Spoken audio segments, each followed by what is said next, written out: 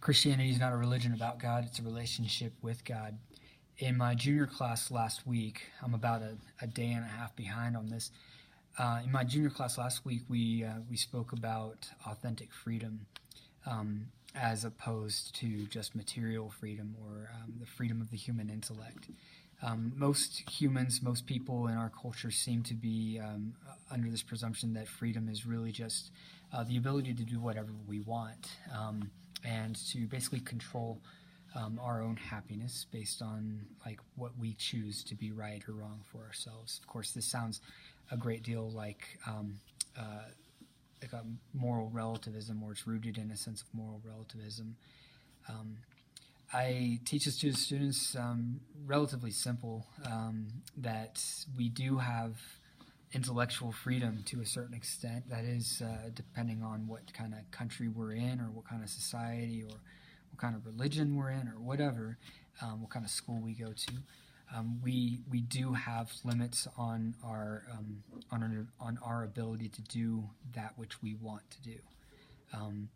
If we had no restrictions, if we had no material restrictions at all, and we still just did what we wanted to do, we would still be bound by time and space. So there are certain laws to the universe that we cannot supersede or go beyond.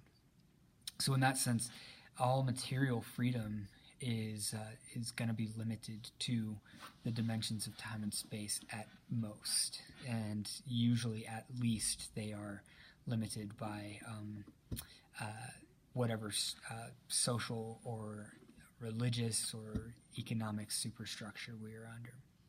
I don't go into that much detail too much with the students, but I contrast it with an authentic freedom sense. That is, what if we weren't bound by time and space? What if we weren't bound by any of our fixations on material truth? What if we weren't bound by what we want as human beings, but rather we are freed by what we ought to be? That is, while our material selves, or our limited selves, or our conditioned selves desire that which we want, our transcendent or our authentic self desires that which we ought to be, our teleology. I make the final conclusion with the students that in order to actually access or encounter our authentic freedom, we need a God who is outside of time and space to provide that for us. True freedom cannot come from within in this case. True freedom, if we say that freedom comes from within, then that freedom is necessarily defined or circumscribed by the human intellect, by our own intellect. Since God's intellect has no boundaries, since God's imagination has no boundaries, He can provide us with greater levels of freedom. He can provide us with authentic freedom.